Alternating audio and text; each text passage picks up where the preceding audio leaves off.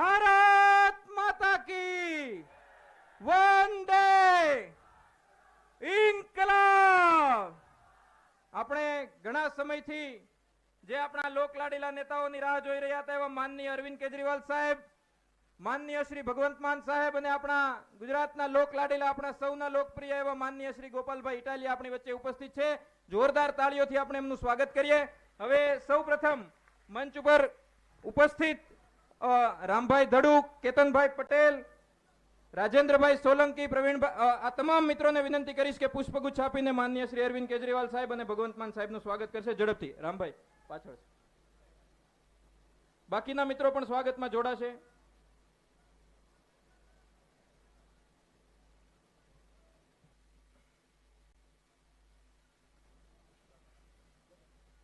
હનુમાન દાદાના દર્શન કરી અને એમના આશીર્વાદ લઈને માનનીય શ્રી અરવિંદ કેજરીવાલ સાહેબ આપણી વચ્ચે ઉપસ્થિત થયા છે। ખૂબ ખૂબ આભાર સમગ્ર ટીમનો। હવે આપણા પ્રદેશના તમામ મિત્રોને વિનંતી કે શાંતિથી આપણે પોતપોતાની જગ્યાએ બેસી જઈશું। કાર્યકર્તા મિત્રો વ્યવસ્થા સાચવશે।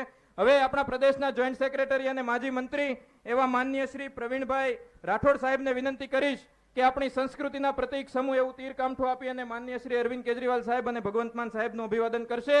આજે આપણા સૌના આદિ કવિ, આપણા સૌના પ્રિય ગ્રંથ એવા રામાયણના રચયિતા એવા મહર્ષિ વાલ્મીકીનો પણ જન્મદિવસ છે। આદિ કવિ વાલ્મીકીનો, આપણે એમને પણ આ પ્રસંગે યાદ કરીએ। બોલો જય શ્રી રામ, જય શ્રી રામ। ભગવાન રામના સંસ્કારો, એમનો સદાચાર આપણા સૌના જીવનમાં આવે એવી ભગવાનને પ્રાર્થના કરીએ। હવે આપણા સૌના લોકલાડીલા પ્રદેશ અધ્યક્ષ એવા માનનીય શ્રી ગોપાલભાઈ ઇટાલિયાને વિનંતી કરીશ કે આવશે અને આપણને આગળનું માર્ગદર્શન કરશે। ગોપાલભાઈ ઇટાલિયા। હાલો, આપણે બધાય જોરથી એક જયઘોષ કરીએ, ભારત માતા કી।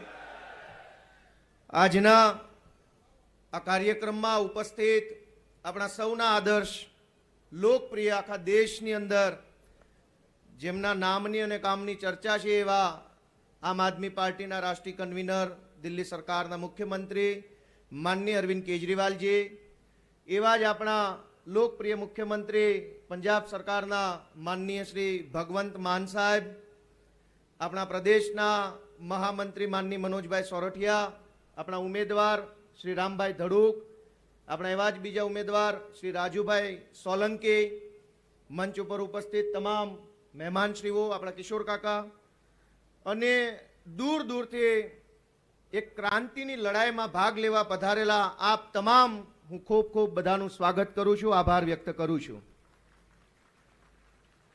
છેલ્લા ઘણા દિવસોથી આપણે જોઈએ છે કે ભાજપના માણસો હેરાન કરે છે, તોડફોડ કરે, ગુંડાગીર્દી કરે, બેનરો ફાડી નાખે, ઓફિસો ઉપર જઈ હુમલાઓ કરે, ગાળાગાળી કરે, સોશિયલ મીડિયાની અંદર અભદ્ર શબ્દો લખે, ટીવીની અંદર બેસીને એલફેલ વાતો કરે, અરવિંદ કેજરીવાલની સભામાં આવીને એલફેલ નારાઓ લગાવે, આટલો બધો વિરોધ કરે છે। એટલે મેં એક ભાજપવાળાને પૂછ્યું કે તમે બધાય ભેગા મળીને આમ આદમી પાર્ટીનો અને અરવિંદ કેજરીવાલનો આટલો બધો વિરોધ શું કામ કરો છો? અમારો તો અહીંયા ગુજરાતમાં કોઈ ધારાસભ્ય પણ નથી, કોઈ સાંસદ સભ્ય પણ નથી, અમારી પાર્ટી તો હજુ એકેય ચૂંટણી લડી નથી, છતાંય તમે અમારો આટલો બધો વિરોધ કેમ કરો છો? એટલે એક ભાજપવાળાએ કીધું કે અમારા ભાજપના કાર્યક્રમોમાં પોણા ગુજરાતની સરકારી બસો મૂક્યા પછી માણસો નથી આવતું અને તમારે ત્યાં એમનામ આવે છે એટલે અમને ઈર્ષ્યા થાય છે।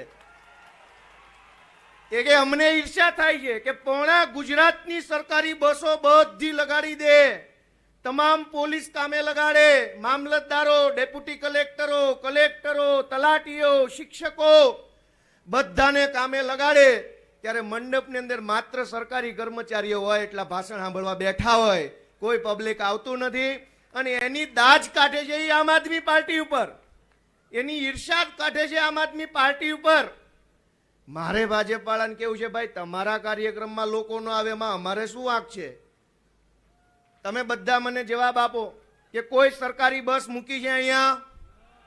કોઈ શિક્ષકોને કીધું છે કે ગામડેથી માણસો ભરી ભરીને લાવજો? તમે બધા સ્વખુશીથી મોજ મજાથી અરવિંદ કેજરીવાલને જોવા સાંભળવા આવ્યા છો કે નહીં? એ બતાવે છે કે ગુજરાતની અંદર હવે ઝાડુ ભરી જવાનું છે અને ભ્રષ્ટાચારની ગંદકી સાફ થઈ જવાની છે.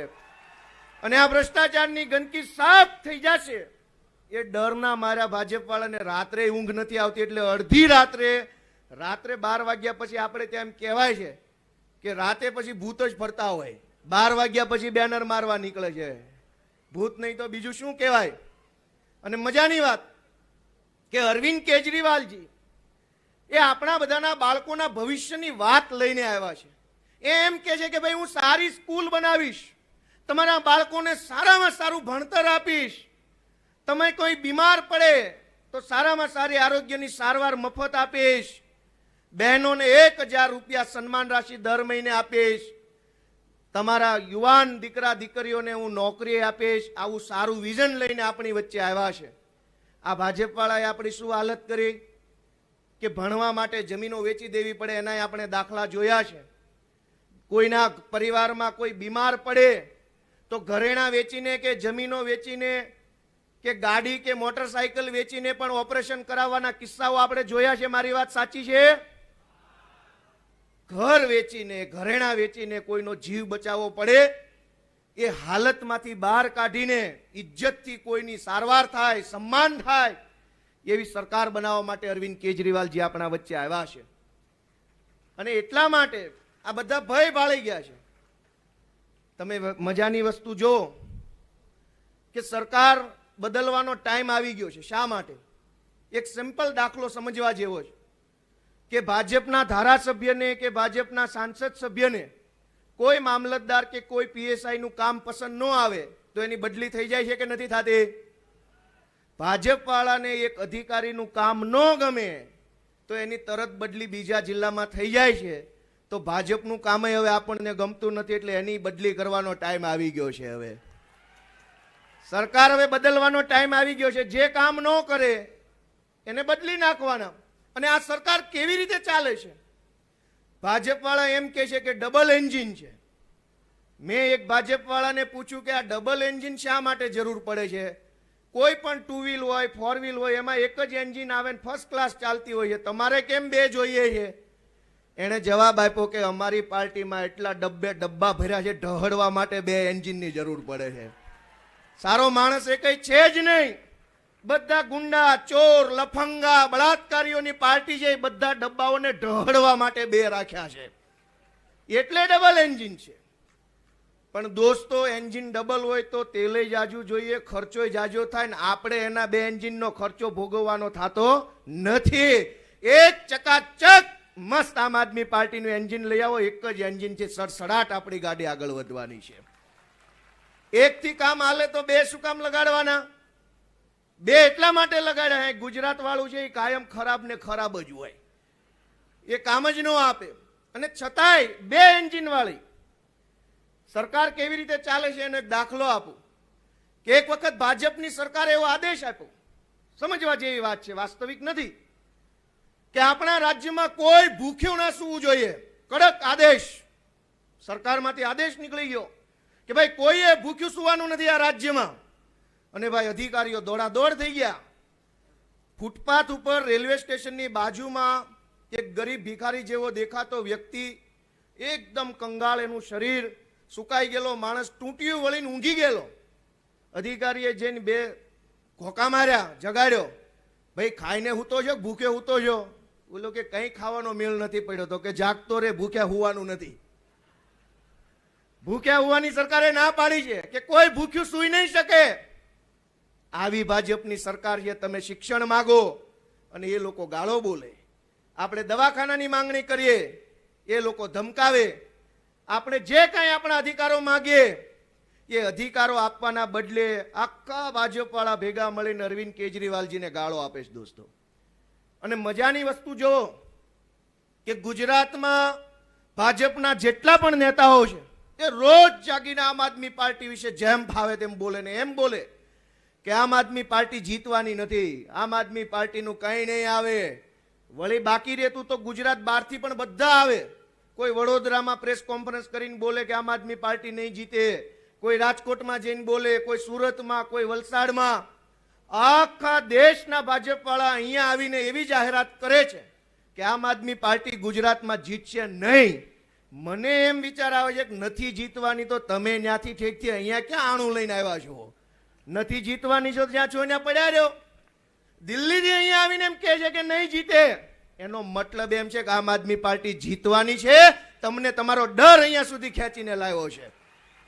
તમને ડર લાગ્યો છે કે દુકાન બંધ થઈ જશે, પણ દુકાનને તાળું મારવાનો ટાઈમ આવી ગયો છે, ભ્રષ્ટાચારની દુકાન. અને એના માટે આપણે બે વાતની કાળજી લેવાની છે દોસ્તો. બે વાતની ખૂબ કાળજી બધાએ લેવાની છે. એક, કે આટલી મોટી સંખ્યામાં તમે બધા અહીંયા અરવિંદ કેજરીવાલજી અને ભગવંત માન સાહેબની સભામાં આવ્યા છો, રાજી ખુશીથી આવ્યા છો. અમને ખબર છે કે રસ્તામાં તમને કોઈએ ચાય નહીં પીવડાવી હોય, છતાંય તમે અહીંયા આવ્યા છો. આટલી મોટી સંખ્યામાં તમે આવ્યા છો, છતાંય ટીવીમાં નહીં આવે. ટીવીમાં એમાં અરવિંદ કેજરીવાલનો અવાજ અને આમ આદમી પાર્ટીની વાત પહોંચાડવાની છે દોસ્તો. આટલા બધા માણસો નથી આવતા ટીવીમાં. અને પોણા ગુજરાતની સરકારી બસો મૂકીને કરોડો રૂપિયા સરકારના પૈસા બગાડી 2000 શિક્ષકોને સભામાં બેસાડે તો ટીવીમાં ભરાઈને આવે લાખોની જનમેદની આવી ગઈ. જનમેદની નથી, શિક્ષકો બેહાડ્યા છે. તલાટીન શિક્ષકો કોઓપરેટિવ મંડળીના માણસો. પહેલું કામ કે ટીવીમાં કે છાપામાં આમ આદમી પાર્ટીની વાત આવે કે ન આવે, આપણા મોબાઈલના માધ્યમથી આપણે ઘર ઘર સુધી પહોંચાડીશું કે નહીં પહોંચાડીએ? બધા પહોંચાડશે કે નહીં પહોંચાડે? અને બીજી વાત કે આખા ગુજરાતની અંદર ભાજપ વાળાને જે ડર લાગ્યો છે એના કારણે એ બોખલાઈ ગયા છે, જેમ ભાવે તેમ કરવા લાગ્યા છે. આપણે એની સામે લડી લેવાનું છે દોસ્તો. એક સૈનિકની જેમ, એક યુદ્ધની ઉતરેલા મેદાનની જેમ આપણે લડવાનું છે. તૈયાર છો બધા લડવા માટે? અને હાવ છેલ્લી બે વાત કે 12મી તારીખથી ભાજપ પાર્ટી વાળા એક ગૌરવ યાત્રા કાઢવાના છે. ખબર છે બધાને? આખા ગુજરાતમાં યાત્રા કાઢવાના છે. 5 યાત્રાઓ નીકળશે, આખા ગુજરાતની અંદર ફરશે અને ભવ્ય તામઝામ સાથે નીકળશે. 5 યાત્રાઓ, ગૌરવ યાત્રા નામ આપ્યું છે. ભાજપના એક ચાલુ મંત્રીએ એવું જણાવ્યું છે. મેં એને પૂછ્યું કે ભાઈ આ ગૌરવ યાત્રા શું કામ કાઢો છો? કઈ વાતનું ગૌરવ લેવાનું છે? તમે ભ્રષ્ટાચાર કર્યો એનું ગૌરવ લેવું, કે શિક્ષણની અંદર ખાનગીકરણ કર્યું એનું ગૌરવ લેવું, કે બુટલેગરો જેમ પાવે એમ દારૂ વેચે છે એનું ગૌરવ લેવાનું છે, કે તમારા જ મળતિયાઓએ ગૌચર દબાવી દીધા એના ગૌરવ લેવાના છે? શેનું ગૌરવ? ભાજપ વાળાએ કીધું કે આ ગૌરવ યાત્રા એટલા માટે કાઢી છે ગામે ગામ હજુ કેટલા અંધભક્તો વધ્યા છે એ ખ્યાલ આવે અમને. હવે યાત્રા નીકળે ખબર પડે ને કેટલા વધ્યા છે. સર્વે કરવા માટે યાત્રા કાઢી રહ્યા છે. આપણે બધાએ દોસ્તો સાવધાન રહીને આમ આદમી પાર્ટીને આગળ વધારવાની છે. આપણા ગુજરાત માટે અરવિંદ કેજરીવાલજી એક સારું લક્ષ્ય લઈને આવ્યા છે. એમ કહેવાય છે કે અર્જુનને માછલીની આંખ દેખાતી હતી. જ્યારે એને પૂછવામાં આવ્યું કે ભાઈ શું દેખાય છે, એણે કીધું કે મને માછલીની આંખ દેખાય છે. ભાજપ વાળાને શું દેખાય છે અને આપ વાળાને શું દેખાય છે એ સમજવાની જરૂર છે. અત્યારે આમ આદમી પાર્ટીનો જુવાળ વધ્યો, આમ આદમી પાર્ટીની તાકાત વધી, ગુજરાતની અંદર આમ આદમી પાર્ટીની ગેરંટી ઉપર વિશ્વાસ વધ્યો, તો આમ આદમી પાર્ટીના કાર્યકર્તાઓને વિધાનસભાની ટોચ ઉપર લટકતો રાષ્ટ્રધ્વજ દેખાય છે કે આ આમ આદમી પાર્ટીના મુખ્યમંત્રી લહેરાવશે. આમ આદમી પાર્ટીના કાર્યકર્તાને સરકાર દેખાય છે. આમ આદમી પાર્ટીના કાર્યકર્તાને ક્રાંતિ દેખાય છે. ભાજપ વાળાને શું દેખાય છે કે 5 કરોડનો રોડનો કોન્ટ્રાક્ટ હવે નહીં મળે એટલે એને બરાડા પાડતો દેખાય છે, કે કટકી નહીં મળે, કરપ્શન કરવા નહીં મળે, સેટિંગ કરવા નહીં મળે. બે તરફ પોતાના લક્ષ્ય રાખીને બેઠેલા લોકો છે. એક બાજુ કરપ્ટ લોકો, ભ્રષ્ટાચાર વાળા લોકો, કટકી વાળા લોકો એ એમનું લક્ષ્ય લઈને બેઠા છે. કોઈ પણ ભોગે ભાજપની સરકાર આવે તો કટકી કરવા મળશે. એક બાજુ આપણી જેવા ઈમાનદાર લોકો છે જેમ ઈચ્છે છે કે આમ આદમીની સરકાર આવશે તો આપણા જેવા હજારો લોકોના બાળકોને મફત ભણવા મળશે, 300 યુનિટ વીજળી મળશે, સન્માન મળશે, એક ઈમાનદાર સરકાર મળશે. તો દોસ્તો આ લડાઈની અંદર આપ તમામ ખૂબ સારું યોગદાન આપી રહ્યા છો. હું બધાનો ખૂબ ખૂબ આભાર માનું છું. અને આવીને આવી મજબૂતીથી આપણે ગુજરાતની અંદર બદલાવ લાવીએ એ જ શુભેચ્છા સાથે આ દિવાળીએ મહા સાફ સફાઈ અભિયાન કરીને ઝાડુ મારીને ભાજપની ગંદકી સાફ કરવાનો સંકલ્પ લઈને અહીંથી જવાનું છે. સૌનો ખૂબ ખૂબ આભાર. જય જય ગરવી ગુજરાત. હલો, ખૂબ ખૂબ આભાર ગોપાલભાઈ. ગોપાલભાઈએ વાત કરી. મંચ ઉપર આપણા બે નેતાઓ બેઠા છે, બે આપણા સૌના આદર્શો બેઠા છે. એમાંથી એક મુખ્યમંત્રી છે 7 વર્ષ જૂના મુખ્યમંત્રી છે, અને એક મુખ્યમંત્રી છે જે 7 મહિના મુખ્યમંત્રી છે. અને આપણા માટે ગર્વ લેવા જેવી વાત છે કે આ 70 વર્ષ જૂની સરકારો આ 7 મહિના ને 7 વર્ષ જૂના મુખ્યમંત્રીઓથી, નેતાઓથી ડરે છે. કારણ કે એ તમારા અધિકારની, તમારા શિક્ષણની, તમારા આરોગ્યની વાત કરે છે. હવે આપણી વચ્ચે આજે ઉપસ્થિત થયેલા પંજાબનું ઘરેણું અને પંજાબનો સિંહ એવા માનનીય સરદાર ભગવંત માન સાહેબને, પંજાબના મુખ્યમંત્રી શ્રીને વિનંતી કરીશ કે આપણને આગળની વાતો કહીશ.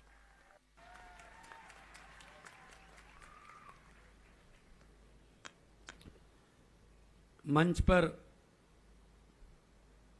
बैठे हुए आम आदमी पार्टी के नेशनल कन्वीनर और क्रांतिकारी मुख्यमंत्री, जिनकी पूरी दुनिया में अच्छे कामों की चर्चा होती है, अरविंद केजरीवाल जी, भाई गोपाल इटालिया जी, हमारी गुजरात की सारी टीम, दर्जा बदर्जा वॉलंटियर साहबान और पार्टी की रीढ़ की हड्डी और गुजरात की तरक्की की उम्मीद लेकर, अपने परिवार की तरक्की की उम्मीद लेकर, अच्छी शिक्षा की उम्मीद लेकर, रोजगार की उम्मीद लेकर, अच्छे इलाज की उम्मीद लेकर अपने अपने घरों से बाहर निकल कर आए. भारी संख्या में बुजुर्ग, युवा, माएं, बहनें, बच्चे, सबको मेरी तरफ से नमस्कार, प्रणाम, सत श्री अकाल. दोस्तों, कड़ोदरा में मेरी कोई रिश्तेदारी नहीं है. मेरे कोई भुआ का बेटा या मौसी का बेटा यहां नहीं रहता कि मैंने उसको कोई ठेके दिलवाने हों सड़क के, सरकार बना के, मैंने उसके लिए कोई और भ्रष्टाचार करना हो. मैं आपके पास इसलिए आया हूं कि शहीद आजम भगत सिंह, राजगुरु सुखदेव और हजारों शहीदों ने जब देश आजाद कराया था तो पूरा देश आजाद कराया था. अकेली दिल्ली और पंजाब नहीं, मैं भी चाहता हूं पूरा देश भ्रष्टाचार से आजाद हो. आपको बात बताने बहुत खुशी हुई. गुजरात में हम गांधी धाम गए, गुजरात में खेड़ ब्रह्मा गए, सुरेंद्र नगर गए, दाहोद गए, धर्मपुर गए, आज आपके पास आए हैं. इतने शहरों के नाम शायद बीजेपी के मुख्यमंत्री को याद नहीं होंगे. हम लोग पहाड़ों में गए, आदिवासियों के पास गए, व्यापारियों के पास गए, युवाओं के पास गए, महिलाओं के पास गए. सब लोग यही कह रहे हैं, हमारा पीछा छुड़वा दो इनसे. कितने साल हो गए? 27 साल. मैंने कहा 27 साल हो गए. कहते क्या करें, वोट नहीं डालते फिर भी जीत जाते हैं.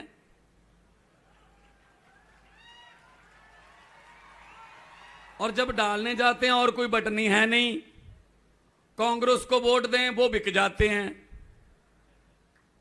उनके एमएलए उधरी चले जाते हैं. मैंने कहा इस बार क्या सोचा?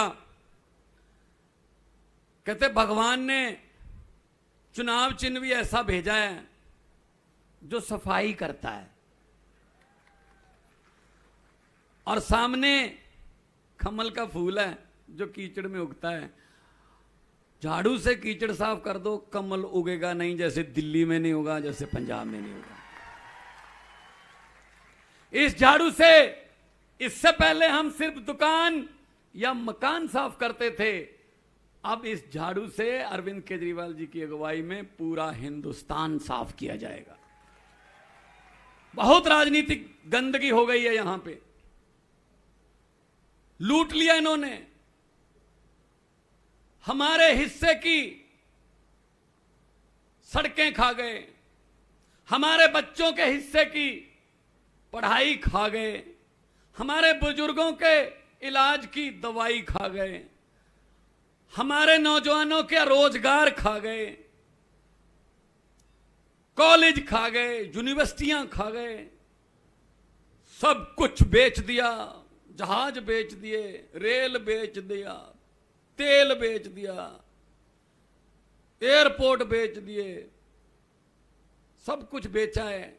खरीदी सिर्फ एक चीज है, मीडिया। वो बेचारे क्या करें, उनके दफ्तर में छापे पड़ते हैं, उनसे कहा जाता है ये खबर लिखो, लोगों को ये दिखाओ। कभी हमारी फोटो देखी है आपने टीवी पर? जिस दिन फोटो आती है साथ में गालियां देते हैं। गालियों के बिना फोटो नहीं आती हमारी। भाई हमने कौन सा गलत काम कर दिया? दिल्ली में पहले क्या होता था, जब अरविंद केजरीवाल जी नहीं थे मुख्यमंत्री, कांग्रेस की सरकार थी, तब क्या होता था? बिजली टाइम पे आए ना आए, बिल टाइम पे आता था। पंजाब में भी ऐसा होता था, गुजरात में भी ऐसा होता है। अब दिसंबर में जब सरकार बनेगी आम आदमी पार्टी की गुजरात में, बिजली टाइम पे आएगी, बिल नहीं आएगा। पंजाब में 50 लाख घरों को जीरो बिल आया इस बार। 1 जुलाई से हमने वहां बिजली फ्री की। अभी तक लोगों को यकीन नहीं आ रहा। वो एक दूसरे को बिल दिखा रहे हैं, पढ़ के देखना यार ये जीरो जीरो कैसे आ गया। आ गया भाई, नीयत साफ है। हमने कोई नोट छापने वाली मशीन नहीं रखी हुई। पैसा कहां से आएगा? ये कहते रहते हैं, ये केजरीवाल कहता है ये फ्री कर दूंगा, ये पैसा कहां से आएगा? अरे पैसा इन्हीं के बीच में है, आप ही में से पैसा निकालेंगे जो आपने लूटा है। इनकी प्रॉपर्टियां, इनके बैंक बैलेंस, बच्चों के नाम पे,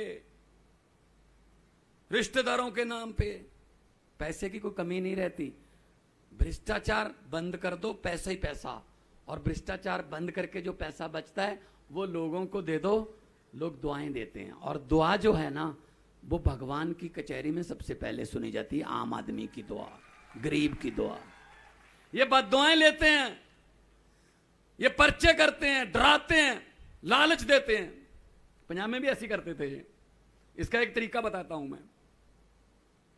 ये जब कुछ आपको वोट के लिए नोट देने आए, तो मेरी हाथ जोड़कर विनती है गुजरात वालों को, मना मत करना।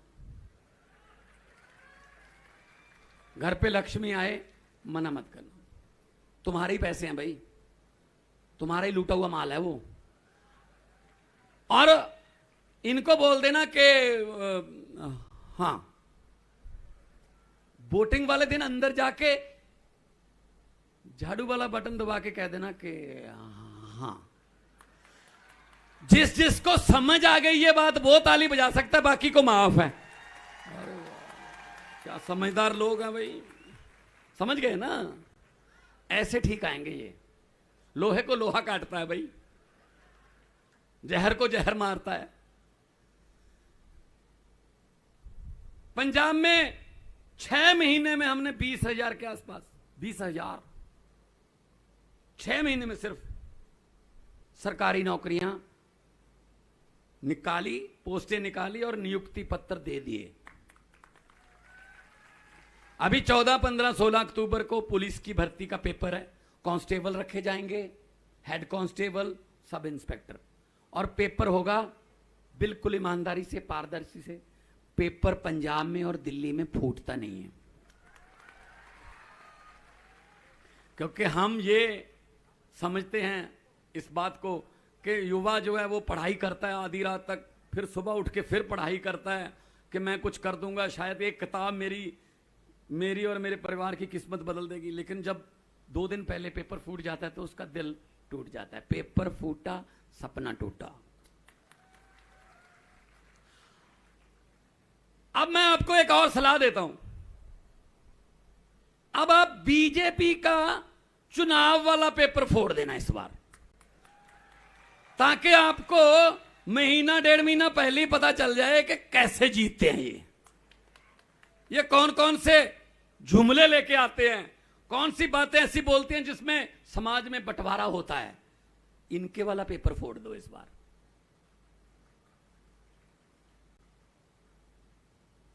पंजाब में करप्शन के लिए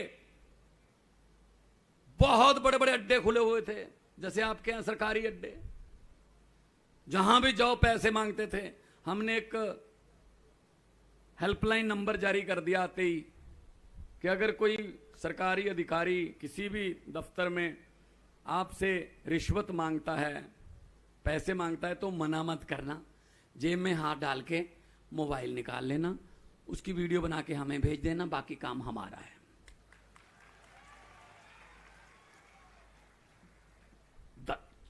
10-15 दिन तो ठीक चला। अब जो रिश्वत खाने की आदत हो जाए ना, फिर वो कोई तरीका निकालता है, तो अधिकारियों ने बाहर लिख के लगा दिया मोबाइल फोन अंदर लाना मना है। हमने कहा भी ये कौन सा कोई यहां पे कोई इतनी कोई देश की सुरक्षा की अंदर कोई बड़ी मीटिंग चल रही है सीक्रेट, क्यों नहीं? तो हमने कहा जिस अधिकारी ने ये लिखा अपने दफ्तर के बाहर कि मोबाइल अंदर ले जाना मना है, उसको हम करप्शन मानेंगे, उसको भी सस्पेंड करेंगे।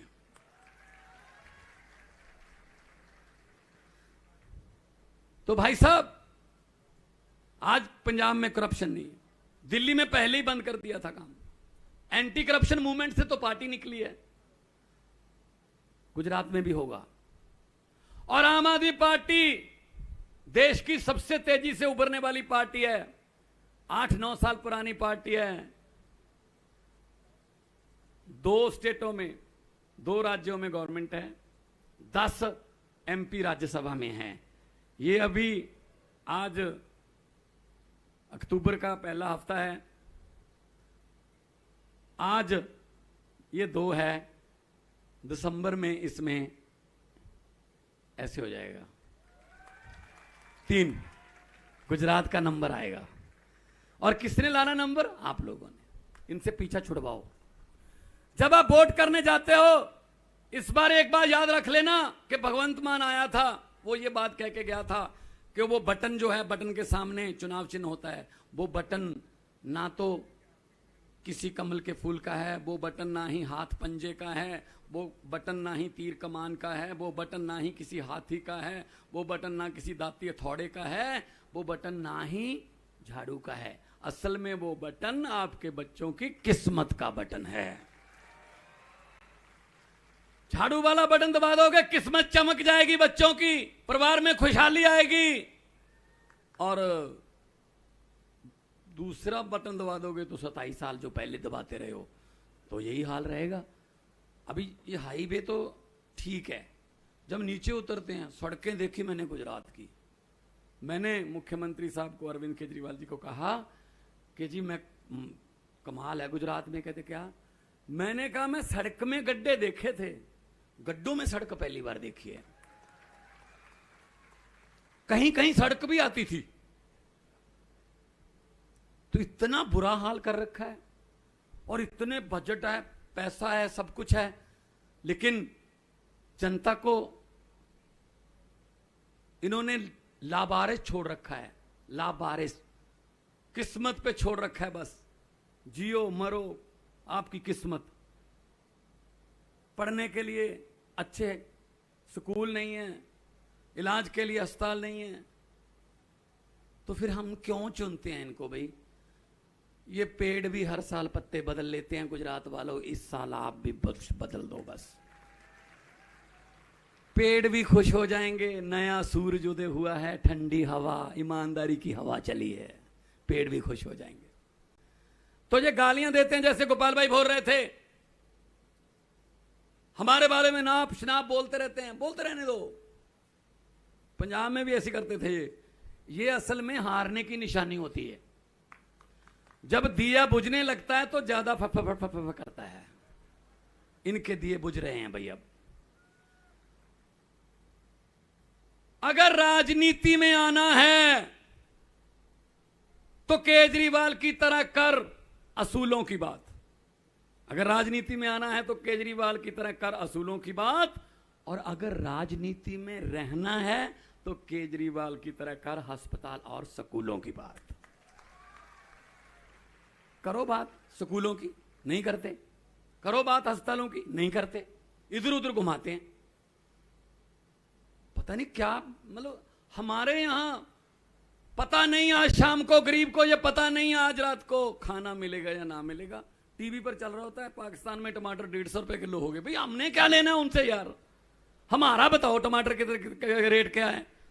हर महीने आप गैस के सिलेंडर का रेट बढ़ा देते हो, हर महीने महंगाई इतनी है, चूल्हे चल नहीं रहे, और इतनी भारी संख्या में माएं बहनें आई हैं। ये इस बात का सबूत है कि ये भी परिवर्तन के लिए आई हैं, क्योंकि रसोई ये चलाती हैं, इनको पता है। आना चाहिए आपको, राजनीतिक रैलियों में आइए, सुनिए और उसके बाद मन बनाइए। अगर आपके बिना घर नहीं चल सकते तो आपके बिना देश भी नहीं चल सकते।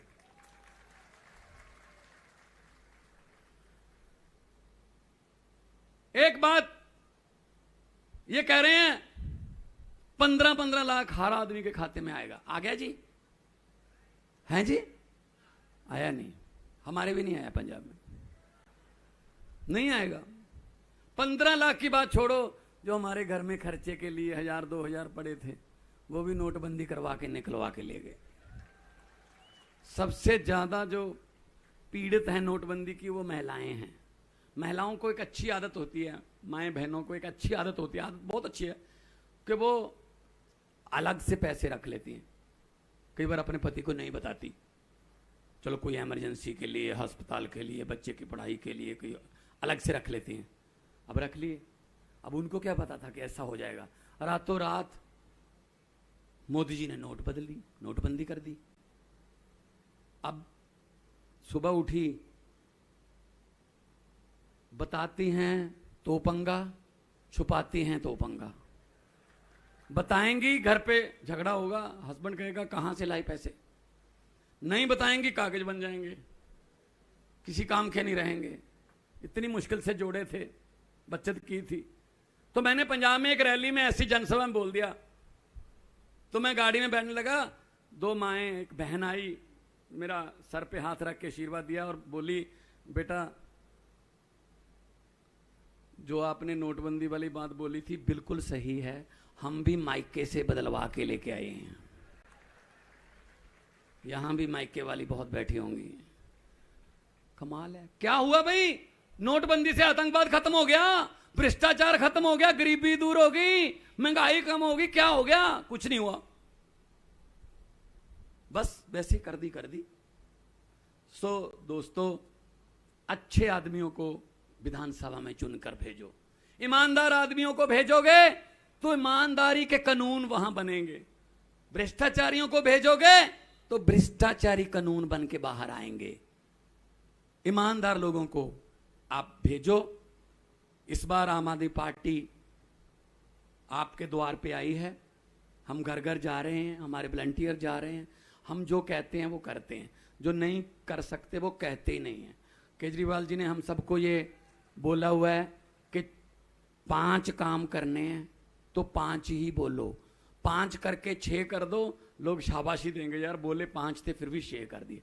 6 बोल के 5 करोगे तो लोग कहेंगे यार वादे पूरे नहीं किए। तो इसलिए हम 100% से ऊपर वाली पार्टी है। हम वादे नहीं करते, हम गारंटियां देते हैं कि गारंटी है इस बात की।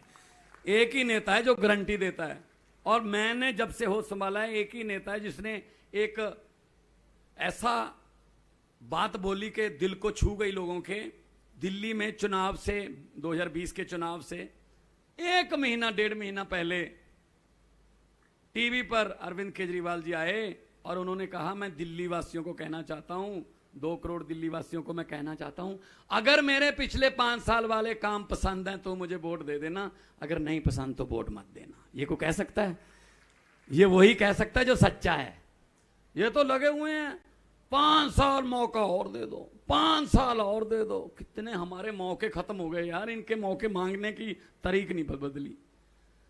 तो अपनी किस्मत खुद लिखो, देश को खुद चलाओ, प्रदेश को खुद चलाओ। अपने में से एमएलए निकालो, अपने में से एमपी निकालो। इनके बेटे बेटियों ने क्या ठेका ले रखा है, इन्होंने बनना चेयरमैन? हमारे बच्चे नहीं बन सकते? बन सकते हैं, लेकिन हम ये सोच लेते हैं चलो हमने क्या लेना है। हमने क्यों नहीं लेना, देश हमारा है, हमने इनसे हिसाब लेना है। हिसाब लेके जो लूटा हुआ पैसा, एक एक पैसे का हिसाब लेके वो जनता को देना है, पब्लिक को देना है, स्कूलों के रूप में, अस्पतालों के रूप में। तो मैं यही कहूंगा आज के दिन कि इतनी भारी संख्या में आपका आना, ये हमारे लिए बहुत हौसला अफजाई वाली बात है। बहुत हौसला बढ़ गया हमारा। पंजाब से भी मेरे कुछ पंजाबी भरा बैठे ने, सत श्री अकाल जी। तो पंजाबी जहां जाते हैं अपना मुकाम बनाते हैं। आप जाओगे ट्रांसपोर्ट में, सब पंजाबी हमारे भाई मेहनत करते हैं दिन रात और काम बढ़ाते हैं, रोजगार भी देते हैं। 24 घंटे में से 20 घंटे काम करते हैं, पूरी दुनिया में जाते हैं। तो आप भी सब बताते रहो, इनको बता दो कि पंजाब में, क्योंकि आप लोग के रिश्तेदार दोस्त मित्र वहीं पे हैं, तो इन सबको बता दो कि पंजाब में 6 महीने में एक नया सूरज दिखने लगा है, नजर आने लगा है, कुछ तो हुआ चेंज। जितना सत श्री अकाल, दोनों हाथ ऊपर उठाकर 2 नारे लगाने हैं। वो नारों से भी पता चल जाता है। यहीं कहीं बैठे होंगे कुछ नेता, तो ऐसे आसपास बैठे होंगे, पता करने आए होंगे कितने लोग आए हैं। कुछ बीच में भी बैठे होंगे सीआईडी वाले, तो उन्होंने बताना होता है कि जी नारे में इतना जोश था, क्योंकि ये पूछते हैं जब नारे लग रहे थे जोश कितना था, उसी से पता चल जाता है। एक बार क्या हुआ, रामलीला ग्राउंड में बीजेपी की रैली 2015 में, रैली लाइव चल रहा था टीवी पर, मैं केजरीवाल जी के पास बैठा था, दिल्ली में लाइव देख रहे थे। तो जब नारे लगने लगे तो मैंने नारा देखकर मैंने कहा जी आप मुख्यमंत्री बनने की तैयारी कर लो, जीतेंगे। कहते आपको कैसे पता चला? मैंने कहा जी नारे से पता चल जाता है। स्टेज से नारा लग रहा था कि बीजेपी जिंदाबाद, लोग कह रहे थे बीजेपी जिंदाबाद। मैंने कहा हाथ ऊपर जा रहा है, गर्दन नीचे जा रही है, ये तो दिहाड़ी पे आए हैं, पैसे लेके आए हैं, ये वोट नहीं डालने वाले। और जब नारा दिल से लगता है, आपने भगत सिंह के बुत देखे होंगे, ऐसे होता है, गर्दन सीधी, हाथ भी सीधा। वही नारा आज से आपसे लवाऊंगा, ताकि इनको पता चल जाए कि जनता बाहर आ चुकी है गुजरात की। इनकलाब, इनकलाब, भारत माता की वंदे वंदे, बोले सोनिहाल। बहुत बहुत धन्यवाद, आपने इतने प्यार से सत्कार से मुझे सुना, बहुत दिल को खुशी हुई। आप तंदुरुस्त रहिए, तरक्की करिए, बहुत बहुत मेहरबानी। हेलो, खूब खूब आभार તમામ મિત્રોને। એક સૂચના કે આપણે કાર્યક્રમના અંતે રાષ્ટ્રગાન ગાઈને આપણે છૂટા પડીશું, એટલે સભા પછી કોઈ પણ વ્યક્તિ પોતાની જગ્યા ન છોડે, પોતાનું સ્થાન ન છોડે। હવે આપણે સૌ જે આતુરતાથી જેમને સાંભળવા માટે ઘણા સમયથી 4-5 કલાકથી બેઠા છીએ, એવા આપણા સૌના રાષ્ટ્રીય આદર્શ અને દિલ્હીના યશસ્વી મુખ્યમંત્રી માનનીય શ્રી અરવિંદ કેજરીવાલ સાહેબને વિનંતી કરીશ કે આવશે અને આપણને માર્ગદર્શન કરશે। બોલો ભારત માતા की।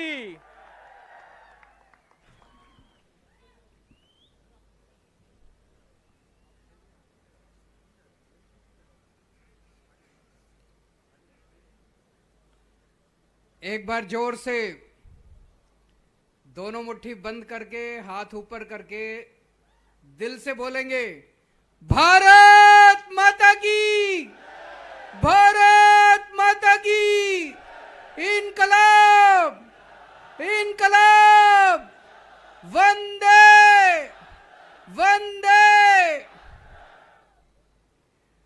इतनी दूर दूर से इतनी भारी संख्या में आए हुए सभी भाइयों बहनों, माताओं, बुजुर्गों, बच्चों, आप सब लोगों को मेरा नमस्कार, सबको मेरा प्रणाम। केम छो? मजामा? हम लोगों को इतना प्यार मिल रहा है गुजरात में, इतना प्यार मिल रहा है, जहां भी जा रहे हैं लोग इतनी खुशी से, इतने जोश के साथ स्वागत करते हैं। अभी इतनी भारी संख्या में यहां पे लोग आए हुए हैं। आज दोपहर हम धर्मपुर गए थे, वहां पे 1.5 लाख लोगों की सभा हुई थी। 1.5 लाख लोगों की सभा। मुझे अभी भी गोपाल भाई बता रहे थे कि बीजेपी के नेता बोल रहे हैं कि आज तक बीजेपी भी उस मैदान में इतनी बड़ी सभा नहीं कर पाई, और लोग अपने आप आ रहे हैं। हमने किसी को कुछ नहीं दिया, हमारे पास है ही नहीं कुछ देने के लिए। हमने किसी को कुछ नहीं दिया, अपने आप। कल दाहोद गए थे, दाहोद में 1 लाख लोगों की सभा, अपने आप लोग आ रहे हैं। सब लोग बदलाव चाहते हैं, सब लोग बदलाव चाहते हैं। भगवंत मान 7 महीने के मुख्यमंत्री हैं, मैं 7 साल का मुख्यमंत्री हूं। इनकी 27 साल की सरकार है। जितने काम भगवंत मान ने 7 महीने में कर दिया, उतने इन्होंने 27 साल के अंदर भी नहीं किए। मैं चैलेंज करता हूं।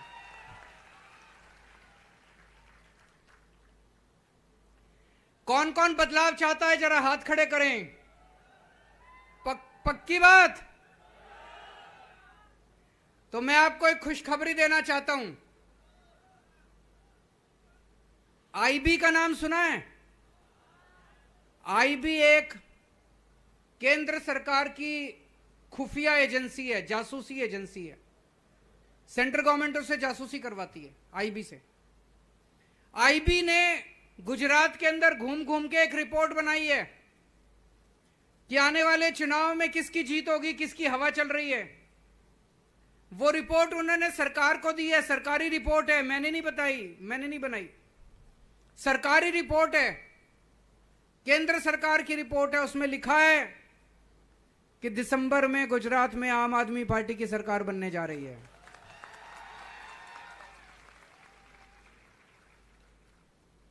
लेकिन सरकार बन रही है। अभी आज की डेट में थोड़ा सा मार्जिन पे है, 93-94 सीट आ रही है। 1-2 सीट ज्यादा है बस। एक जोर का धक्का मार दो, 150 पार कर दो। आप लोग धक्का मारना पड़ेगा, मेहनत करनी पड़ेगी, खूब मेहनत करनी पड़ेगी, धक्का मारना पड़ेगा जोर से। 150 पार कर दो। दिल्ली वालों ने 70 में से 67 सीट दी थी, 67। 70 में से 3 सीट बीजेपी को दी थी, 67 सीट आम आदमी पार्टी को दी थी। पंजाब में 117 में से 92 सीट, 92 सीट आम आदमी पार्टी को दी थी, 2 सीट बीजेपी को। बीजेपी को 2 आई है ना, 2 सीट बीजेपी को। यहां गुजरात में कितनी देनी है बीजेपी को? पक्की बात। तो दोस्तों, 1 दिसंबर को सरकार बनेगी। सरकार बनने के बाद क्या क्या करना है, मैंने गुजरात में मैं 3-4 महीने 6 महीने से घूम रहा हूं, लोगों से खूब बात की है और पूरा प्लान बनाया है कि गुजरात का विकास सबके साथ, गुजरात के 6.5 करोड़ लोगों के साथ गुजरात का विकास कैसे करना है।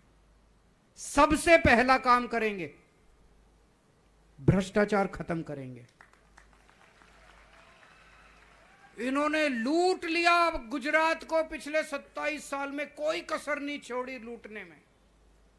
एक एमएलए है इनका, मेरे को पता चला चुनाव के पहले उसकी 4 एकड़ जमीन थी, 5 साल में उसके पास 1000 एकड़ जमीन है। 1000 एकड़ जमीन। इन्होंने इतनी जमीनें खरीद ली, इतनी कोठियां बना ली, इतने मकान बना लिए, इतना पैसा भेज दिया विदेशों में, अपने बच्चों के नाम जमीन खरीद ली, माँ बाप के नाम जमीन खरीद ली, रिश्तेदारों के नाम प्रॉपर्टी ले ली, बच्चों के बच्चे जो पैदा भी नहीं हुए उनके नाम प्रॉपर्टी ले ली इन लोगों ने। इतना पैसा बना लिया, 7 पुश्तें इनकी घर बैठ के खाएंगी। कहते हैं सरकार घाटे में चल रही है। अरे कैसे घाटे में चल रही है यार? हर साल गुजरात सरकार 2.5 लाख करोड़ रुपए खर्च करती है। 2.5 लाख करोड़। कैसे सरकार घाटे में चल रही है? आप लोग इतना टैक्स देते हो। अभी मान साहब ने आपको बताया हर चीज पे टैक्स लगता है। रोटी खाने बैठते हैं, रोटी पे टैक्स लगता है, मोबाइल फोन पे टैक्स लगता है, दूध पे टैक्स लगता है, दही पे टैक्स लगता है, छाछ पे टैक्स लगता है, पंखे पे टैक्स लगता है, कुर्सी पे टैक्स लगता है, माचिस पे टैक्स लगता है, चाय पत्ती पे टैक्स, हर चीज पे टैक्स लेते हैं। टैक्स दे दे के हम तंग आ जाते हैं। इनके पास अरबों खरबों रुपए हैं टैक्स के। कहां गया सारा पैसा? लूट लिया इन्होंने। मैं आपसे पूछना चाहता हूं, 27 साल में हर साल गुजरात सरकार ने हर साल 2.5 लाख करोड़ रुपए खर्च किए। आपके गांव में, आपके मोहल्ले में कोई सड़क बनी? कोई सड़क? कोई स्कूल बना? कोई अस्पताल बना? कोई दवाई का इंतजाम किया इन्होंने आपके बच्चों के लिए? कोई कुछ काम करा इन्होंने आपके लिए? 27 साल में एक काम करा इन्होंने? कहां गया सारा पैसा? सारा पैसा लूट के खा गए ये लोग। आम आदमी पार्टी की सरकार बनेगी, गुजरात को भ्रष्टाचार मुक्त शासन देंगे। एक पैसे का एक एक गुजरात का पैसा आपके विकास के ऊपर खर्च होगा। ये पैसे की लूट बंद करेंगे।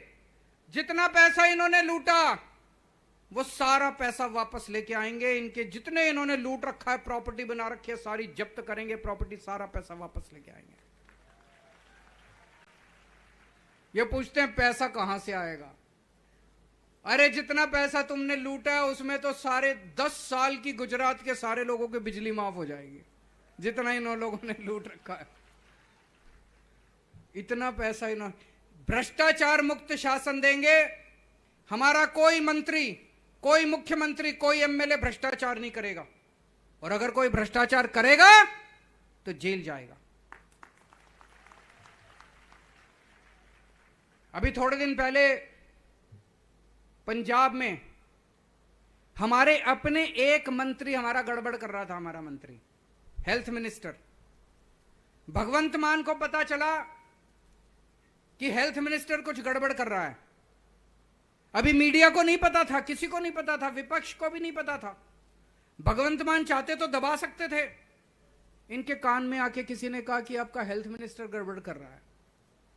भगवंत मान ने चुपके से पता कराया तो पता चला हां गड़बड़ कर रहा है। भगवंत मान ने पता है क्या किया? उस मंत्री को जेल भेज दिया, अपने मंत्री को जेल भेज दिया। कभी कोई करता है? कोई सीएम अपने खुद के मंत्री को कभी जेल भेजता है? 75 साल में आज तक नहीं हुआ। दोस्तों, अब एक कट्टर ईमानदार पार्टी आई है, कट्टर ईमानदार सरकार चल रही है पंजाब और दिल्ली के अंदर। अपनों को भी नहीं बख्शते। हमारा बेटा, हमारा भाई भी कल गड़बड़ करेगा, उसको बख्शेंगे नहीं, जेल भेज देंगे उसको। तो गुजरात को एक ईमानदार सरकार देंगे। इन नेताओं के जितने काले धंधे चल रहे हैं, सारे काले धंधे बंद करेंगे। और 2015 के बाद से जितने पेपर फूटे हैं, सारे पेपर फोड़ने वाले जितने ये मास्टरमाइंड बैठे हैं, बड़े बड़े नेता बैठे हैं, इनको 10 साल की जेल भेजेंगे। आप लोगों को अपने काम कराने के लिए 10 दफ्तर रिश्वत देनी पड़ती है। देनी पड़ती है कि नहीं देनी पड़ती? जाति प्रमाण पत्र हो, राशन कार्ड हो, बिजली का कनेक्शन हो, पानी का कनेक्शन हो, कुछ भी काम हो, पैसे देने पड़ते हैं। 1 दिसंबर के बाद से कोई पैसे नहीं देने पड़ेंगे, बिना रिश्वत के काम होगा गुजरात के दफ्तरों के अंदर। और दफ्तर जाने की जरूरत ही नहीं पड़ेगी। दफ्तर बंद कर देंगे। दिल्ली में हमने सारे सरकारी दफ्तर बंद कर दिए। अब अगर आपको कोई काम कराना है, आप फोन करो, सरकारी अफसर आपके घर आके काम करके जाता है। हम ऐसी व्यवस्था करेंगे, आपको दफ्तर जाने की जरूरत नहीं है। सरकारी अफसर आपके घर आएगा, काम करेगा, कोई रिश्वत नहीं होगी, कोई दलाल नहीं होगा, कोई किसी को पैसे देने की जरूरत नहीं है। खूब पैसा बचेगा, भ्रष्टाचार खत्म होने से खूब पैसा बचेगा। दोस्तों, कल मैं गुजरात आया, इन लोगों ने मेरे खिलाफ इतने पोस्टर लगा रखे थे चारों तरफ, इतने होर्डिंग मेरे खिलाफ लगा रखे थे। मेरे को उससे कोई प्रॉब्लम नहीं। ये लोग मेरे से नफरत करते हैं, बहुत ज्यादा नफरत करते हैं, क्योंकि मैं जनता की बात करता हूं, जनता के हित की बात करता हूं। इनके भ्रष्टाचार को रोकने की बात करता हूं। इन्होंने मेरे खिलाफ इतने पोस्टर लगा रखे थे, उस पोस्टर में एक मेरी फोटो थी। कोई बात नहीं, लगाओ मेरी फोटो। उसके बगल में इन्होंने भगवान के खिलाफ इतनी गंदी बातें लिखी हुई थी, ये तो हम बर्दाश्त नहीं कर सकते। भगवान का अपमान किया हुआ था इन्होंने, भगवान के खिलाफ इतनी उल्टी सीधी बातें लिखी हुई थी। कौन होता है, कौन लोग होते हैं जो भगवान के खिलाफ लिखते हैं, कौन लोग होते हैं जो भगवान के खिलाफ बोलते हैं? पुराने जमाने में राक्षस होते थे जो ऋषि मुनियों की तपस्या तोड़ते थे, राक्षस होते थे जो भक्तों की तपस्या तोड़ते थे, उनको राक्षस कहते थे। जो गांव में घुस के मारकाट करते थे, हुड़दंग करते थे, गुंडागर्दी करते थे, उनको राक्षस कहते थे पुराने जमाने में। ये राक्षस ही हैं, ये कंस की औलाद हैं ये सारे के सारे, जो भगवान का अपमान करते हैं, भक्तों का अपमान करते हैं, लोग जो पूजा करते हैं उनका अपमान करते हैं, लड़कियों को छेड़ते हैं, बलात्कार करते हैं, गुंडागर्दी करते हैं, मार पिटाई करते हैं। ये राक्षस हैं, राक्षस की योनि में पैदा हुए हैं, ये कंस की औलाद हैं। ये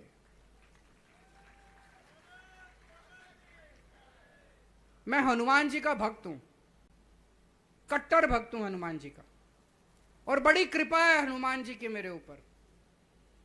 और इनको मैं बता दूं, मेरा जन्म जन्माष्टमी के दिन पे हुआ था। मैं श्री कृष्ण जन्माष्टमी के दिन पैदा हुआ था।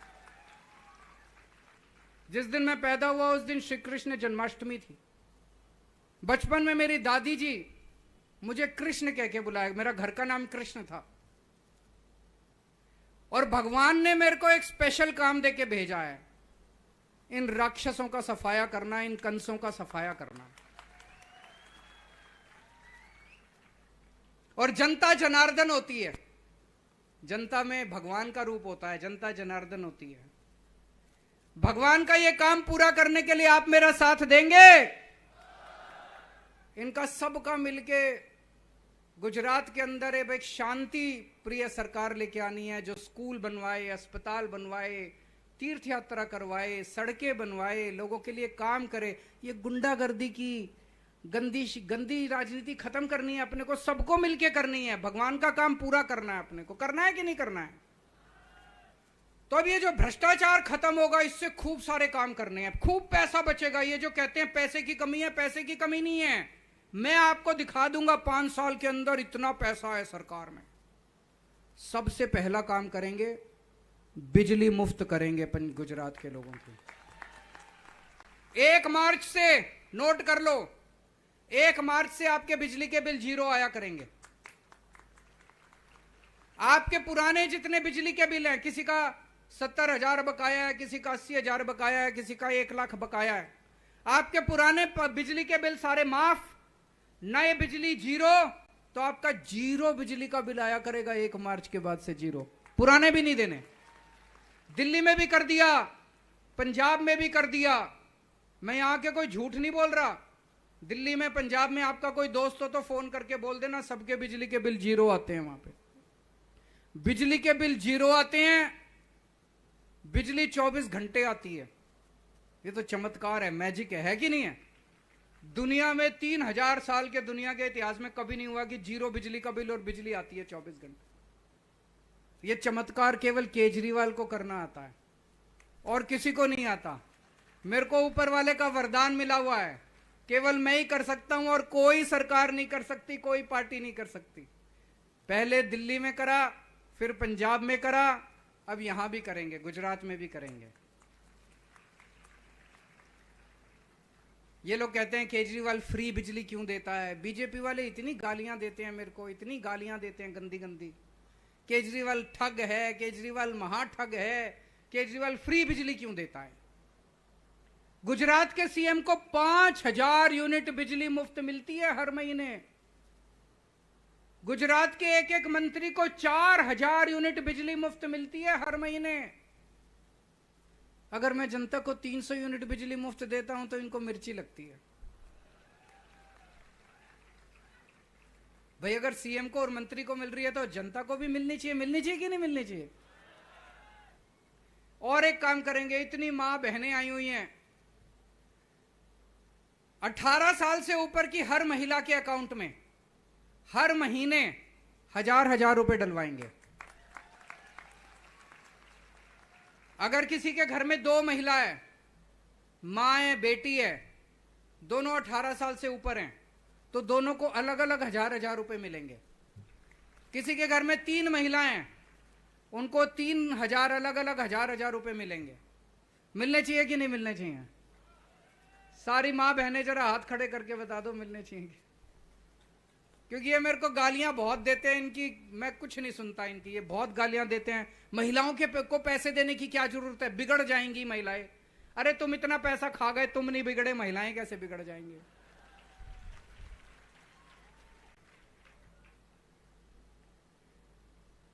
હવે તમારે चिंता करवानी जरूर નથી। तुम्हारो भाई આવી गयो छे। मैं सारी महिलाओं को कहना चाहता हूं, दिल्ली में हमने बहुत सारे स्कूल बनवाए हैं, शानदार नए नए स्कूल बनवाए हैं, जहां अमीरों के और गरीबों के बच्चे एक साथ पढ़ते हैं। फ्री शिक्षा है, सब कुछ फ्री मिलता है। एक ही डेस्क पे जज का बेटा, आईएएस का बेटा और रिक्शे वाले का बेटा एक साथ बैठ के पढ़ते हैं। अब दिल्ली के अंदर इतना शानदार, इतने स्कूल बनवा दिए, 5 स्टार स्कूल। अब वहां पे मजदूरों के बच्चे इंजीनियर बन रहे हैं, रिक्शे वाले का बच्चा डॉक्टर बन रहा है, किसान का बेटा वकील बन रहा है। गरीबों के हजारों हजारों गरीबों के बच्चे इतने शानदार अब डॉक्टर इंजीनियर बन रहे हैं। गुजरात के अंदर भी हमने प्लान किया है, शानदार स्कूल बनाएंगे पूरे गुजरात के अंदर। गांव गांव के अंदर स्कूल खोलेंगे, नए नए स्कूल खोलेंगे, शानदार स्कूल खोलेंगे। आपके बच्चों को अच्छी शिक्षा देंगे, आपके बच्चों को अच्छा भविष्य देंगे। दिल्ली के अंदर हमने सबका इलाज मुफ्त कर दिया। बड़े बड़े अस्पताल बनवाए हमने दिल्ली के अंदर, शानदार अस्पताल, प्राइवेट अस्पताल से भी अच्छे। उसमें सबका इलाज मुफ्त कर दिया हमने, सबका इलाज। आपका 10 लाख रुपए का, 20 लाख रुपए का, 30 लाख रुपए का भी खर्चा आएगा, सारा पैसा सरकार देती है। सारी दवाइयां मुफ्त। छोटी बीमारी हो, आप मोहल्ला क्लिनिक में जाओ, मोहल्ला क्लिनिक बनाए, छोटी बीमारी है, सारे टेस्ट मुफ्त, सारी दवाइयां मुफ्त, इलाज मुफ्त। आपको बड़ी बीमारी है, बड़े अस्पताल में जाओ, सारा इलाज मुफ्त। दिल्ली में 2 करोड़ लोग हैं, अमीरों का भी गरीबों का भी, सबका इलाज मुफ्त कर दिया हमने। गुजरात में भी 6.5 करोड़ गुजरात के लोगों का इलाज मुफ्त करेंगे। हर गांव के अंदर मोहल्ला क्लिनिक खोलेंगे, बड़े बड़े अस्पताल खोलेंगे, नए अस्पताल बनाएंगे जिसमें शानदार इलाज होगा, और 6.5 करोड़ गुजरातियों का सबका इलाज मुफ्त होगा।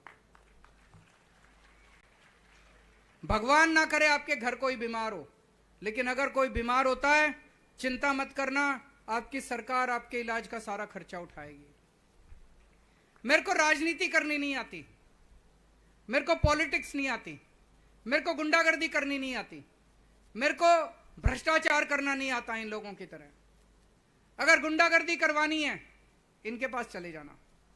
अगर आपको भ्रष्टाचार चाहिए, इनके पास चले जाना। गंदी राजनीति चाहिए, इनके पास चले जाना। मैं एक पढ़ा लिखा आदमी हूं, ईमानदार आदमी हूं, देशभक्त आदमी हूं। मेरे को स्कूल अस्पताल बनाने आते हैं। अगर आपको अपने बच्चों के लिए स्कूल बनवाने हैं, मेरे पास आ जाना, मैं स्कूल बना दूंगा। अगर आपको अपने परिवार के लिए अस्पताल बनवाने हैं, मेरे पास आ जाना, आपके परिवार के इलाज का इंतजाम कर दूंगा मैं। मेरे को काम करना आता है, इन लोगों को गंदगी मचानी आती है। 27 साल तो हो गए इनको गंदगी मचाते मचाते। एक मौका मेरे को देके देख लो, एक मौका। 5 साल मांग रहा हूं आपसे, बस एक मौका देके देख लो। अगर स्कूल अस्पताल ना बनाऊं, अगली बार वोट मत देना। आप में से कौन कौन बेरोजगार है? सब लोग, कईयों ने 2-2 हाथ उठा रखे हैं। डबल बेरोजगार है। मैंने इनके एक नेता का इंटरव्यू देखा टीवी में। उसे टीवी वाले ने पूछा कि गुजरात में बहुत ज्यादा बेरोजगारी है, आप रोजगार क्यों नहीं देते? बोले नहीं, बेरोजगारी नहीं है, ये जो बेरोजगार है ये निकम्मे हैं, ये काम नहीं करना चाहते, काम नहीं करते, ये काबिल नहीं है, इनके बस की बात नहीं है। मुझे बड़ा गुस्सा आया। ये हमारे बच्चों को निकम्मे बोलते हैं, गाली देते हैं। इनको इतना अहंकार हो गया, इतना घमंड हो गया इन लोगों को। अरे निकम्मे तुम्हारे बच्चे हैं यार, हमारे बच्चे निकम्मे थोड़ी हैं। बेकार तुम्हारे बच्चे हैं, फिर भी तुम अपने बच्चों को चेयरमैन बना देते हो, एमएलए बना देते हो, फलाना। एक बार हमारे बच्चों को मौका दे के देखो, तुम्हारे बच्चों को पीछे ना छोड़ दें। तो मैं आपको मौका दूंगा, मैं आपको रोजगार दूंगा। इसका हमने पूरा प्लान बनाया है। हमें रोजगार देना आता है। दिल्ली में मैंने 12 लाख बच्चों को रोजगार दिया है पिछले 7 साल में। भगवंत मान की अभी अभी सरकार बनी है, 6 महीने हुए हैं, इन्होंने 20,000 नई सरकारी नौकरियां निकाली हैं। 20,000। हमारी नीयत है, हमें पता है बेरोजगार होने का क्या मतलब है, एक आम आदमी पे क्या गुजरती है। हम आपके बच्चों के लिए रोजगार का इंतजाम करेंगे। जब तक रोजगार नहीं होता, हम बेरोजगारी भत्ता देंगे।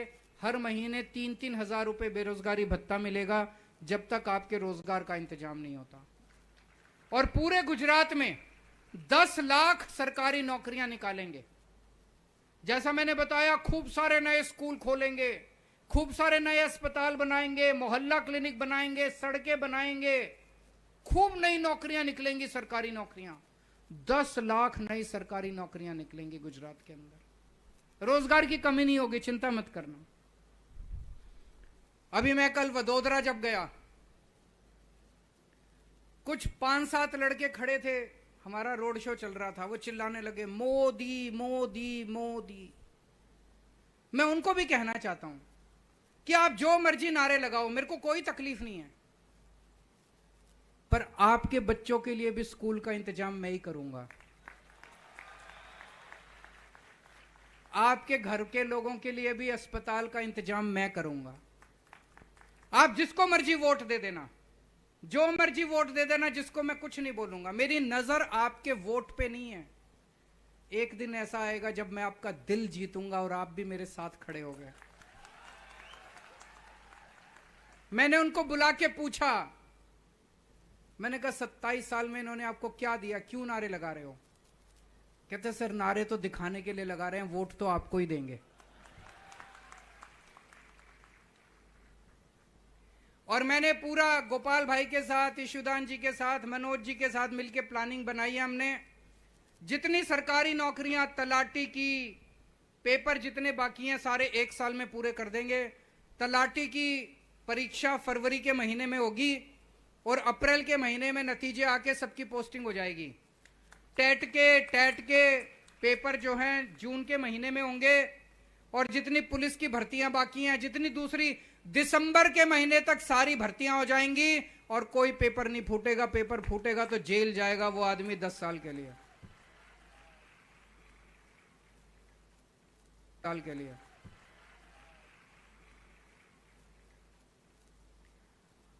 यहां पे कुछ आदिवासी भाई भी आए हुए हैं, उनके लिए मैं कहना चाहता हूं, किसी सरकार ने पैसा कानून लागू नहीं किया, हम लागू करेंगे पैसा।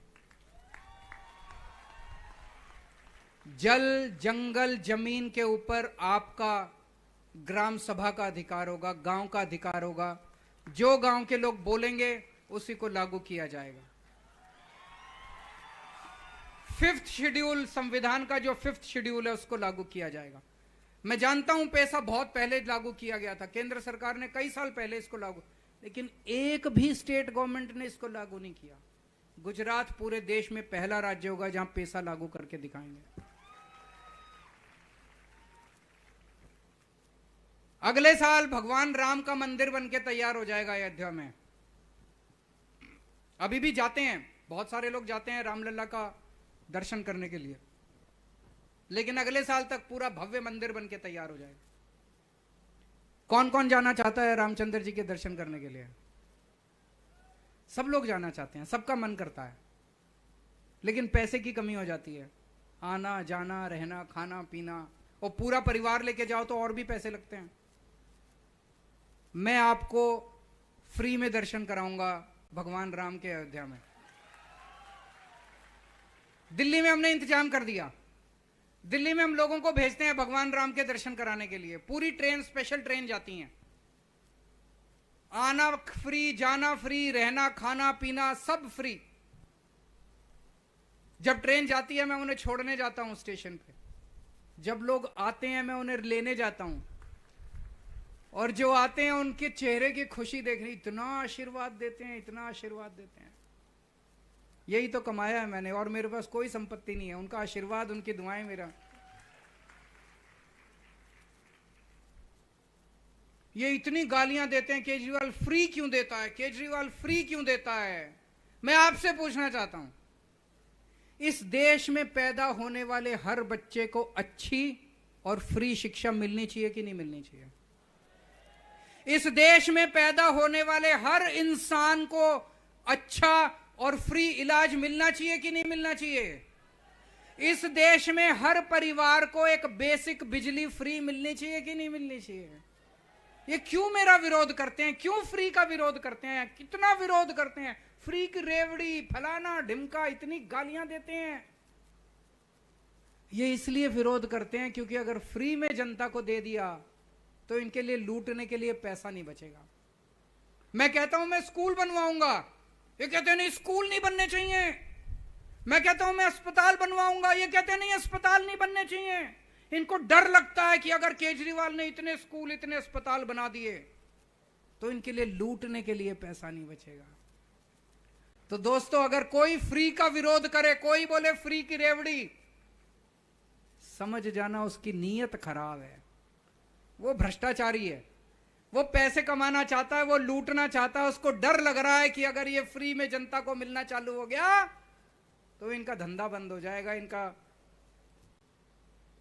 पूरे गुजरात में इस टाइम आंधी चल रही है, बदलाव की आंधी चल रही है कि नहीं चल रही है?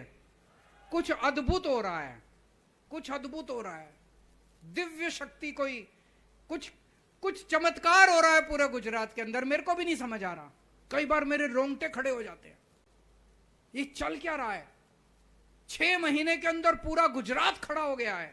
जहां जाते हैं जनता ही जनता आ रही है, पूरा गुजरात बदलाव मांग रहा है। आंधी चल रही है गुजरात के अंदर, ऊपर वाला आसमान से झाड़ू चला रहा है।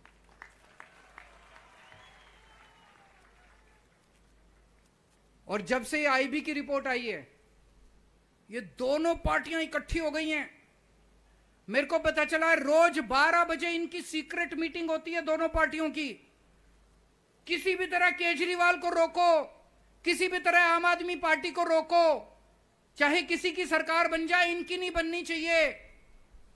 दोनों मिलके योजना बनाते हैं, अगले दिन फिर एक ही भाषा में गाली देते हैं। 10 बजे एक पार्टी कहती है केजरीवाल ठग है, 12 बजे दूसरी पार्टी कहती है केजरीवाल महा ठग है। दोनों मिलके मेरे को गालियां दे रहे हैं। इनके भरोसे में मत आ जाना, और खासकर कांग्रेस से बच के रहना। कांग्रेस की 10 से भी कम सीट आ रही हैं, और ये 10 भी बीजेपी में चले जाएंगे जीतने के बाद। इनका भी कोई भरोसा नहीं है। कांग्रेस को वोट देने से कोई फायदा नहीं है। वोट बेकार मत करना, एक भी वोट बेकार मत करना। और आजकल इन बीजेपी वालों ने एक नया शगुफा छोड़ा है। उनको लग रहा है कि अब आम आदमी पार्टी के बहुत वोट हैं, आके आपको चुपके से कान में बोलेंगे, हाँ यार केजरीवाल तो अच्छा है, पर अभी इस बार ये नहीं जीतेंगे, अगली बार। उनको बोल देना अगली बार नहीं, इसी बार। और अगर कोई आके आपके कान में बोले ना अगली बार, समझ जाना बीजेपी का है, समझ जाना बदमाशी कर रहा है। जो भी बोले अगली बार बोलना, अगली बार नहीं, इसी बार। इसी बार जिताना है, इसी बार आम आदमी पार्टी की सरकार बनानी है। अभी इसी बार दिसंबर में सरकार बनानी है। अब इनका अहंकार तोड़ना है। बहुत अहंकार हो गया इनको, बहुत अहंकार हो गया। इस बार ऊपर वाले ने एक नई पार्टी भेजी है। नई पार्टी, नए चेहरे, नई सोच, नए विचार, नई राजनीति। एक बार मौका देके देखो इस नई राजनीति को। मैं बता रहा हूं, इन्होंने 27 साल राज किया, तड़पा तड़पा के आपको मारा है। मैं आपको बता रहा हूं, एक बार मौका देके देखो, 50 साल कम से कम आम आदमी पार्टी की सरकार चलेगी और आप खुशी के साथ अपना जीवन जियोगे। और मेरे को कई बीजेपी के कार्यकर्ता मिलते हैं, कई बीजेपी के नेता मिलते हैं, वो भी बड़े दुखी हैं अपनी पार्टी से, बहुत दुखी, कहते हैं जी कुछ भी करो इस बार तो बीजेपी को हराओ। मैं सारे बीजेपी के कार्यकर्ताओं को बोलना चाहता हूं, जो जो बीजेपी को हराना चाहते हैं लेकिन अंदर डरे हुए हैं सारे, वो छोड़ के हमारी पार्टी में नहीं आ सकते, क्योंकि ये लोग गुंडे हैं, उनके धंधे बंद कर देंगे, उनका दाना पानी बंद कर देंगे, उनको तंग करेंगे। तो मैं सारे बीजेपी के कार्यकर्ताओं को बोलना चाहता हूं, नेताओं को बोलना चाहता हूं, जो जो बीजेपी को हराना चाहता है, आम आदमी पार्टी के अंदर आने की जरूरत नहीं है, बीजेपी में रहो, वहीं से हराओ बीजेपी को, उनके खिलाफ काम करो, वहीं से हराओ। और जितने कांग्रेस के कार्यकर्ता हैं उनको भी कहना चाहता हूं, इस बार अपनी पार्टी को भूल जाओ, देश की सोचो, गुजरात की सोचो। पूरे गुजरात के अंदर क्रांति चल रही है, पूरे गुजरात के अंदर एक नई हवा चल रही है, सारे जने इकट्ठे हो जाओ, सारे जने आम आदमी पार्टी में आ जाओ, इस बार एक जोर का धक्का मार दो और एक नया गुजरात मिलके बनाएंगे हम सब लोग। जैसा मैंने बोला था, आम आदमी पार्टी की सरकार बन रही है लेकिन कम मार्जिन से बन रही है। आप सब लोगों को मेहनत करनी पड़ेगी। यहां जितने भी लोग हैं, यहां से जब निकलोगे, अपने अपने व्हाट्सएप में जितने नंबर हैं सब लोगों को एक मैसेज भेजना। मैसेज में लिखना कि अपने बच्चों के भविष्य के लिए, इस बार बदलाव के लिए, परिवर्तन के लिए मैं आम आदमी पार्टी को वोट दे रहा हूं। मेरे भाई, तेरे से विनती है, तू भी इस बार आम आदमी पार्टी को वोट दियो। ऐसा मैसेज बना के जितने आपके व्हाट्सएप में सबको व्हाट्सएप करोगे कि नहीं करोगे? बाहर निकलने के बाद तुरंत सबको व्हाट्सएप करना, और गांव गांव में, अपने गांव में जाके, घर घर में जाके कम से कम 100 लोगों को आपको आम आदमी पार्टी को वोट देने को तैयार करना है। करोगे? भारत माता की इनकलाब। આપણે સૌ પોતપોતાની જગ્યાએ ઊભા થઈ રાષ્ટ્રગાન માટે આપણે તૈયાર થઈશું અને કોઈ પણ પોતાની જગ્યા આપણે છોડીશું નહીં। રાષ્ટ્રગાન ગાઈને પછી આપણે સૌ છૂટા પડીશું। जनगण मन अधिनायक जय हे भारत भाग्य विधाता। पंजाब सिंध गुजरात मराठा द्राविड़ उत्कल बंग विंध्य हिमाचल यमुना गंगा उज्ज्वल जलधि तरंग। तव शुभ नामे जागे तव शुभ आशीष मांगे गाहे तव जय गाथा। जनगण मंगलदायक जय हे भारत भाग्य विधाता। जय हे जय हे जय हे जय जय जय जय हे। जय।